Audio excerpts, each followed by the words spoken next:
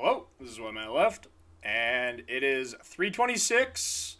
I forget the name of the league, but I started Mjolner, and it's been going well. We are 2 days, 6 hours into the league, 54 hours, 0 sleeps for Karn, 2 sleeps for me. You know, I don't go too hard on league starts. I don't get bent out of shape on min-maxing 4-stone, all that fun stuff, but it's been going pretty well. I have the Mjolnir character together. It's a pretty good character so far for the just after 2-day mark. Because this is usually like the painful part for me getting to the endgame scaling, but I've already dabbled into a bit of endgame scaling and it's going pretty well. So I have the build together for Mjolnir. You teleport around with Lightning Warp. It's fun. You know, you don't quite have Mage Blood speed, but you're pretty dang close for no Mage Blood. I'm going to get right into it. I'm going to get into some gameplay, and while I play, I'll talk about how the progression's gone. But, a magic finder once told me that if you're doing tier 17s, you should be able to kill the boss. So I'll do a nice boss demo on a tier 17. I'm not doing, like, juice T17 farm. I'll get to that in a few days.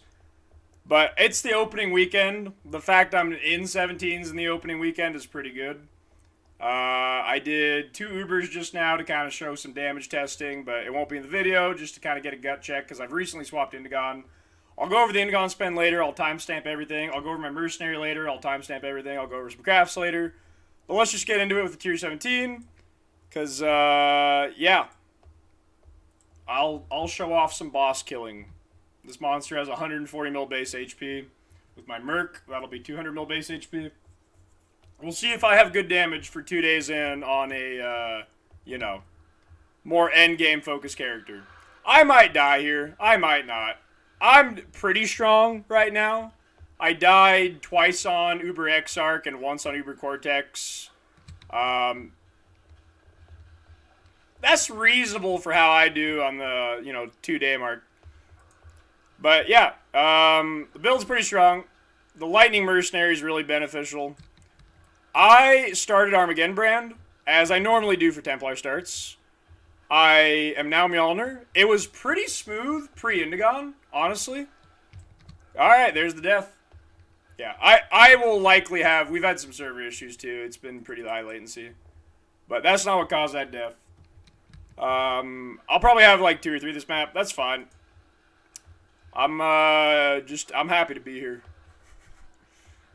I do have good damage now, but this is actually pretty normal for Indigon characters if you've played one before. Is right after you swap is the moment in time where your damage feels really... Wait, where's Kosis? That's the moment in time where your damage is kind of the best relative to the content you're fighting. And your defense is the worst, because you kind of went all in on all your currency investment getting to Indigon. Because that's the promised land. It's 6 times damage or whatever. And then, at the same time, though, your defense is not in a good spot. Because you've spent all your investment getting the Indigon off. Getting the Indigon swap. So, the thing about Indigon builds is, you do kind of get damage cheat codes pretty early if you can get the swap pulled off. But the downside is, oh, I have a boss here. The downside is you have low defense because of that investment into the Indigon. 2 deaths. I said 2 or 3. So right now I'm pretty fresh post Indigon transition. So damage is okay. Defense is not. We'll fix that. My next 10 upgrades will all be targeted at defense. So I'll be like 4 times tankier in 2 days. And probably like 2 to 3 times damage, which will feel much more comfortable for 17s. But, yeah. I'm level 95. I just dinged that. That's about the highest I've ever been. 2 days, 6 hours into a league. Faustus has a currency offer. I should go kill that Beyond boss. I'm speccing into Beyond right now because Tainted Fusings are 100 chaos, so I'm just trying to accommodate that price. We might 6 portal this. We'll see. If I do, I do.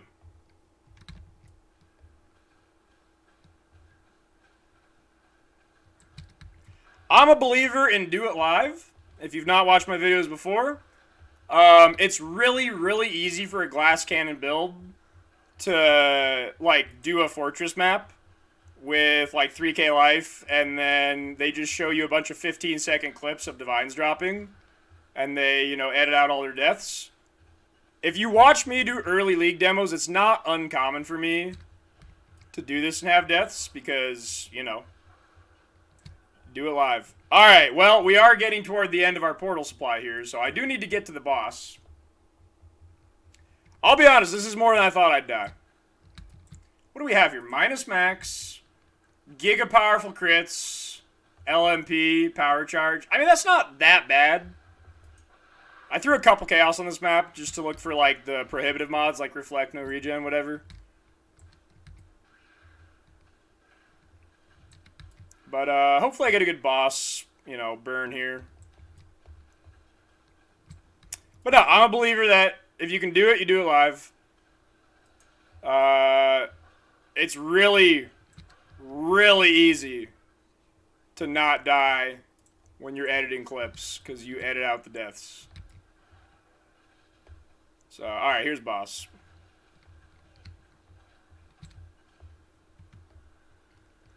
This guy has 140 mil base HP with a mercenary that puts him at 210 mil. Let's see how my damage is.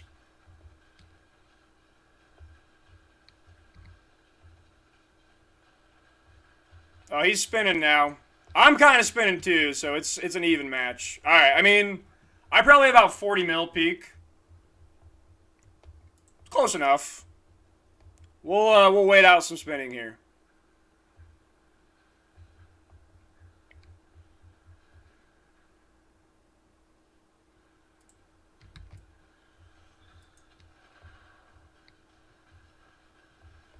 All right, easy enough. There we go.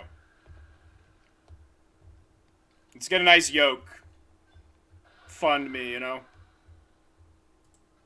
I'm so used to doing risk and seeing 2 fragments. I had to pause there and wait for the second fragment, and then I realized, oh no, I'm doing 160 quant. There's a 40% chance or 60% chance there's only 1 fragment.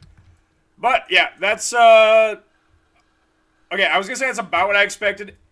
I'll be honest, the boss damage was a little higher than I expected. The defense was a little lower than I expected. It is 4 damage mods, but it's not like the boogeyman mods that are just completely terrible. But, I thought we could do slightly better than that, I'll be honest. But, it is what it is. I do these live, so if I die, I die.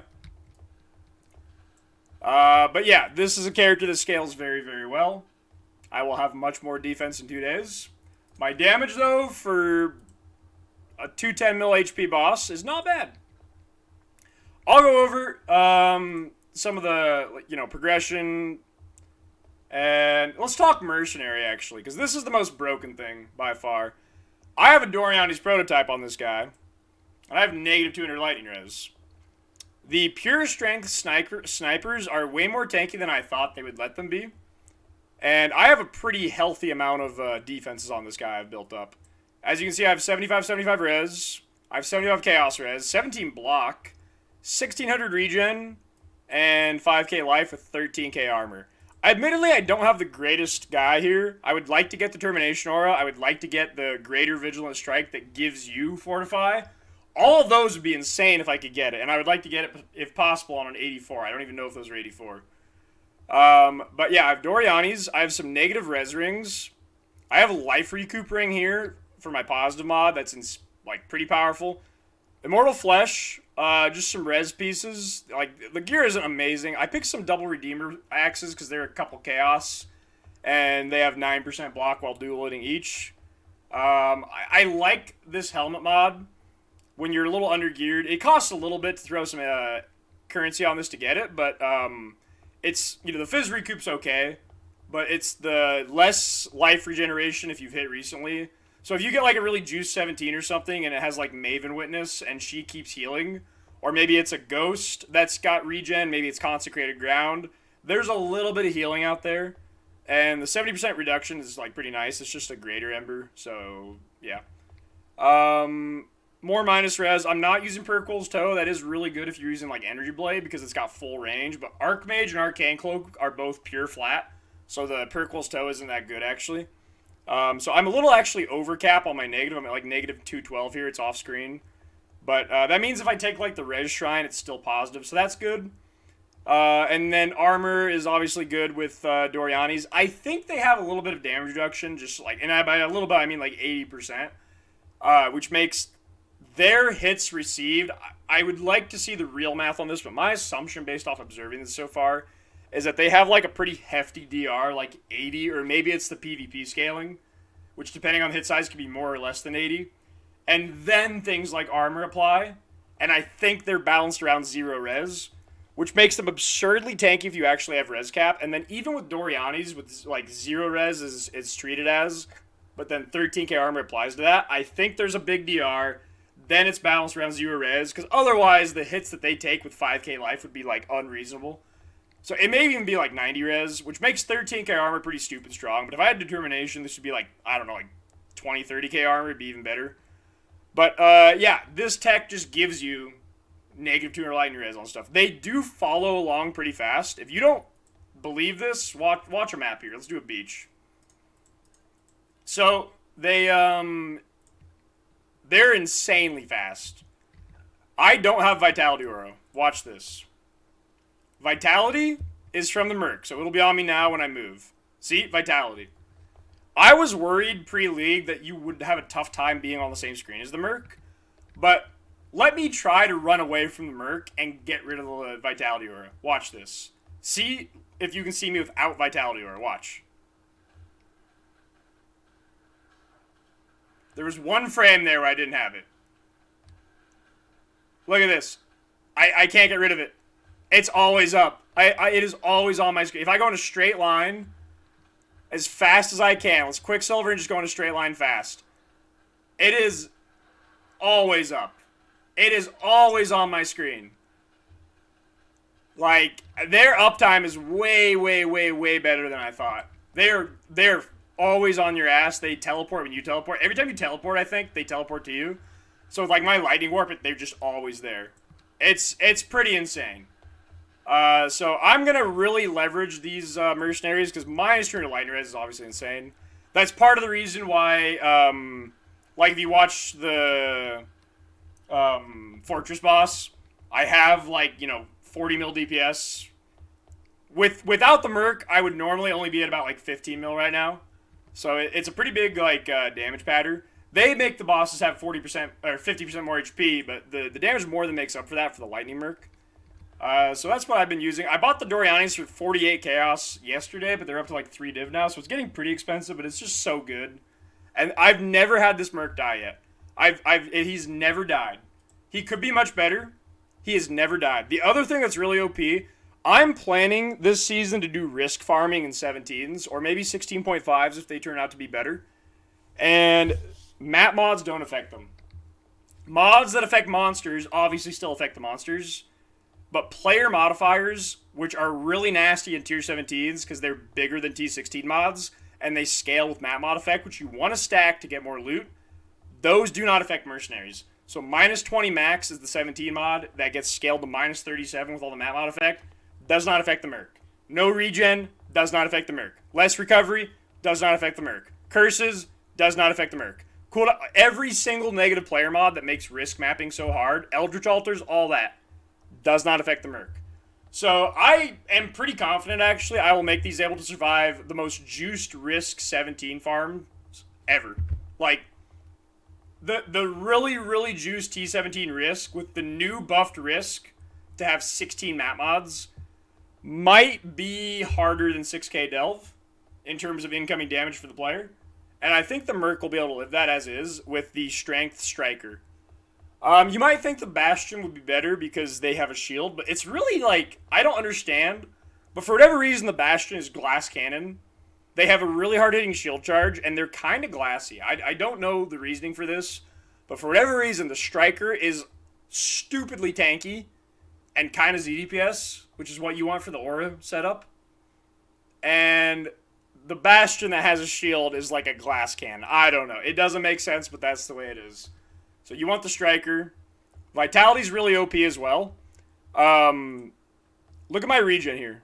676, right? Let's go back in the map. What's my regen? It's not as much as I thought. Wait. 930? I thought it was like 600 when I checked, but it must be like a level 20 vitality or 25 or something. Cuz it's like I thought it was 600 regen. Maybe it's only 300 regen. But it's a pretty big vitality. It's enough that it matters. But that's really it for the like showcase. The next things I'm gonna go over though are like fairly important. Indigon is not that pricey right now, but there's a lot of people scared of it because the build is doing really well, even just using like a Mind Spiral. I had like 6 mil DPS with Mind Spiral, and it was really comfy. And a lot of people, when they switch to Indigon and they haven't played an Indigon build before, it's a little scary because it's a tough item to use. It can bite you in the ass if you use it wrong, even though it's a like gargantuan damage multiplier if you use it right.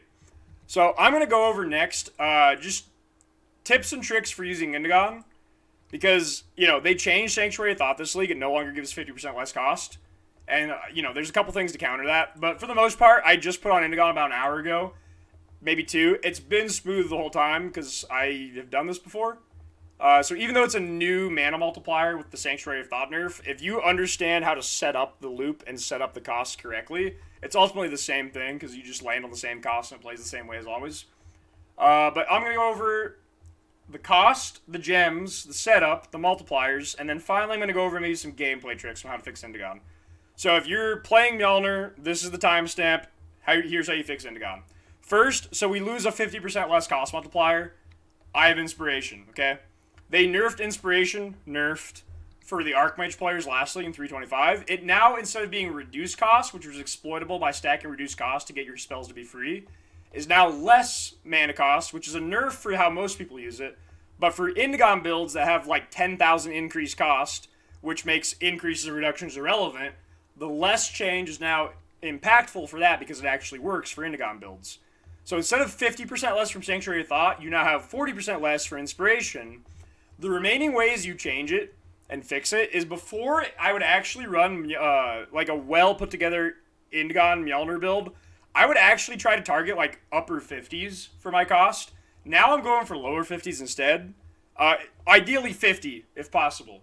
The combination of going to like 50 with a 40 less is already about on par with the old setup where I would run like a 56 with 50 less. It's still a little bit higher cost, but the other way you change it and fix it is you use different gem levels, actually.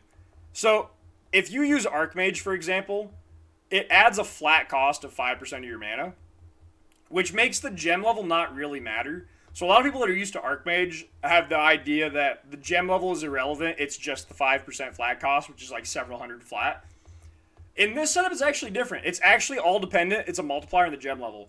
Because the cost of your cast from channeling, which is metering your mana spend to keep your Indigon stacks up, but ideally not bottom you out on mana and run away, is all dependent on the Indigon stacks multiplying the base cost of Lightning Warp. So it does actually matter greatly, the base gem level. So if you run a level 21, you're going to be out of mana a lot.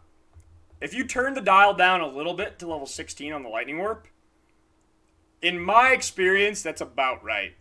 If it's still too much, the next level I recommend is level 9. So 21 is going to be too high almost always. 16 is like about right if you know what you're doing. If you are really struggling with mana, try level 9.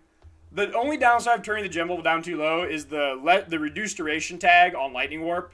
It loses 1% per gem level, so it'll make your Lightning Warp like 10% slower if you turn it down all the way. But you can just counter that by like, having, a good less duration. There's a runecraft that makes it so that you can have +1 support gems, which you might think doesn't matter that much, but it actually matters quite a bit. Going from 60 to 61 on a reduction is like 2.5% less duration.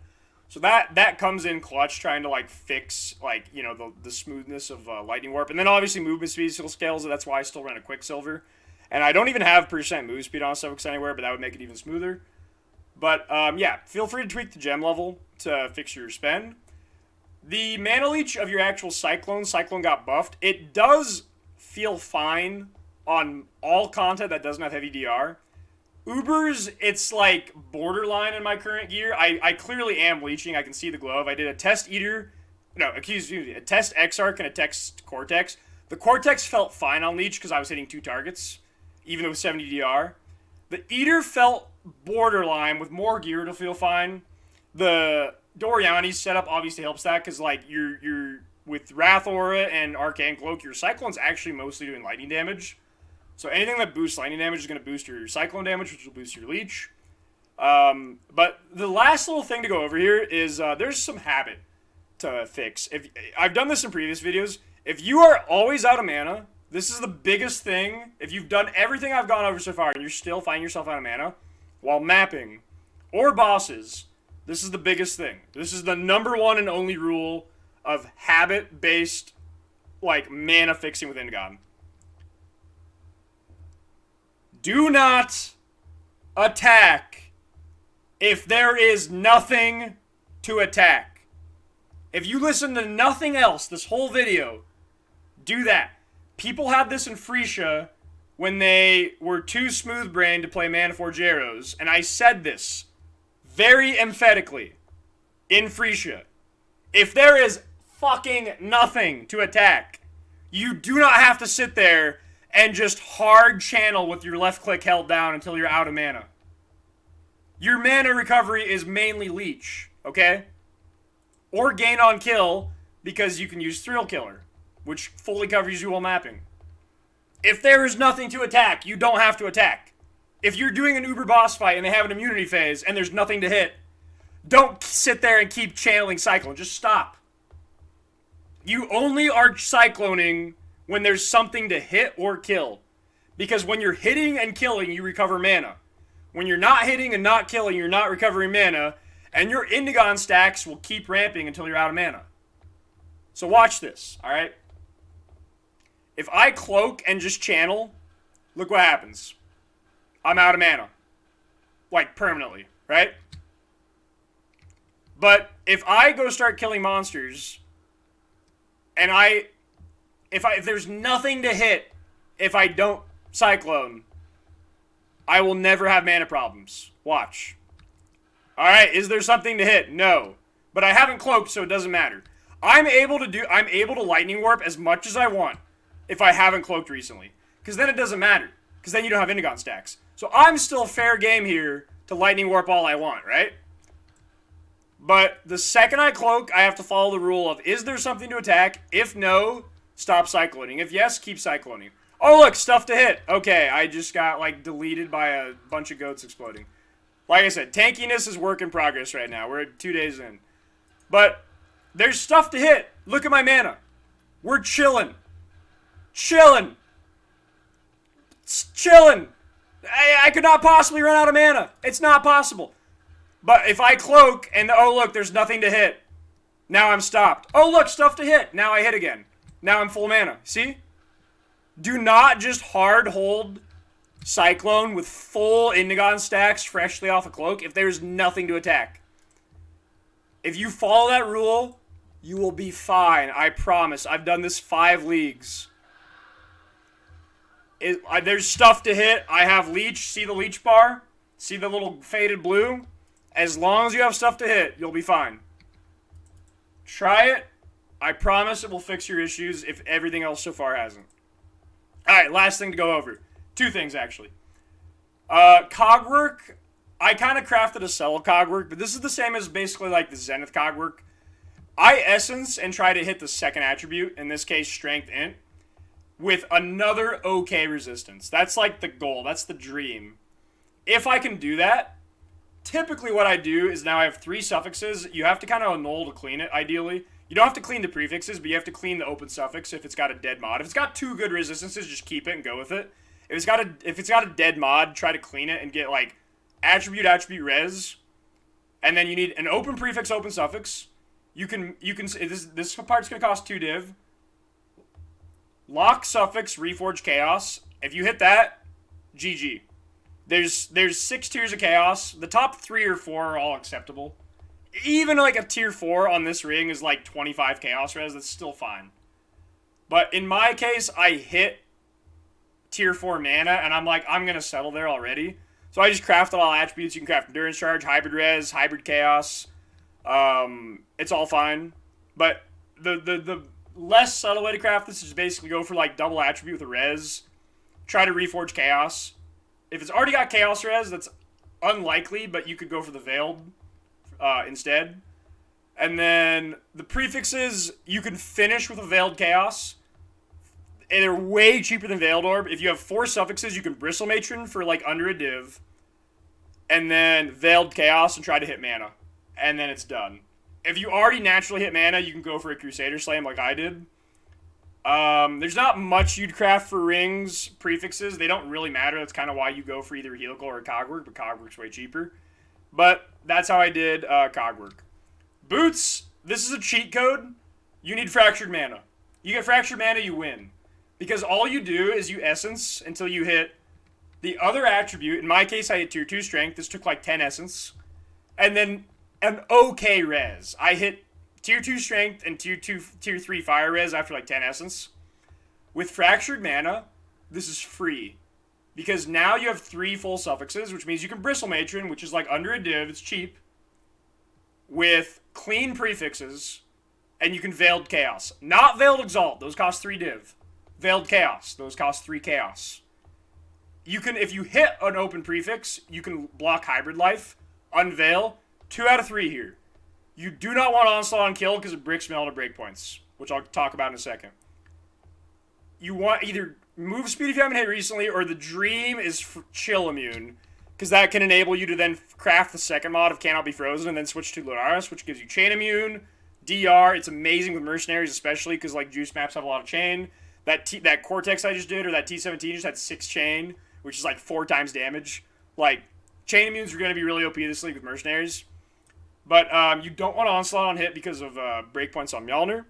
Brief talk on Mjolnir breakpoints. I have an exclamation point breakpoints command in my Twitch chat, but you do not want to go over 3.79 attacks per second, okay? You can look at this in POB and it will have an accurate trigger rate. But on your Cyclone, you do not want to go over 3.79. Mine says 3.65. If you have action speed on boots, it will not show on the sheet. So it'll actually be like 3.85 and it'll be over. You do not want to go over 3.79. If you do, your damage cuts in half. It's terrible. It's like the price is right. As close as possible without going over. 3.65, awesome. 3.7, awesome. 3.5, that's fine. 3.85, no bueno. You just lost half your damage. Because if your attack rate is faster than your cooldown, it only triggers every other. Because the cooldown's not up yet. You hit, cooldown's not up. Next hit triggers when the cooldown's up, and you only trigger every other. So your damage cuts in half. You do not go over 3.79. If you do get a really good pair of boots, probably better than these, you can use Eldritch Currency to get the tier 5 Ichor mod, the Eater mod, which is 9% CDR. That is the breakpoint. You can use a lower tier with a Jewel mod that has like 2 or 3% if you really want. 9% CDR gets you to the next breakpoint, which lets you go up to 4.33, which is effectively like 17% more damage if you can pull that off. Nice upgrade, and it's also 17% more leech, because it's 17% more Cyclone hit rate. So your spend with Castable Channeling doesn't go up, but your Cyclone hit rate will go up by 17%. So it's 17% more leech, as well as 17% more mana bond triggers, which don't cost mana. It's just free damage. So you want to kind of balance those two numbers. For most people, it's 3.79. For good gear, it's 4.33. Last thing we're going to go about, I do this split path here. I don't have good splits because it's early league. I just have, what I got. But I use this large with Prismatic Scintillating Widespread, so that Widespread's in the back, and Prismatic Scintillating are both really good. This is a large cluster that I use in all my mana stacking builds because Storm Drinker is really OP. It gives you ES Leech from any lightning damage, both attack and spell, really good. Scintillating is obviously like the no-brainer best mana stacker pick. There actually isn't a single combo that has both in the front. It's not possible. So the only way to get both these on a large, which you want both, you need one Storm Drinker. The second one is less important. You want the ES Leech, and 8 pen's okay. You have to do a combo like this, but since this node doesn't matter really, you just want to go for stats. So since you're taking 3 small nodes, the stats actually add up. So this one has 2 suffixes. I'm getting 9 all attributes and 12 chaos res, kind of for free, as well as 36% lightning damage.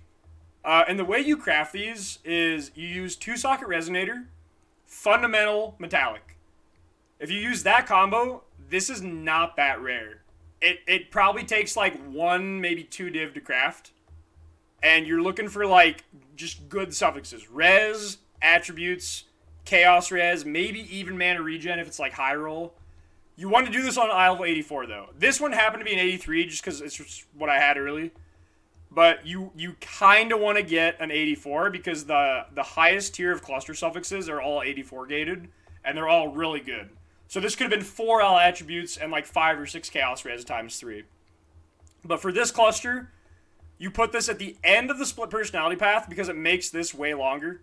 It makes this path 59, which gives me 78 flat mana in it, which will later upgrade to strengthen it when I get more money.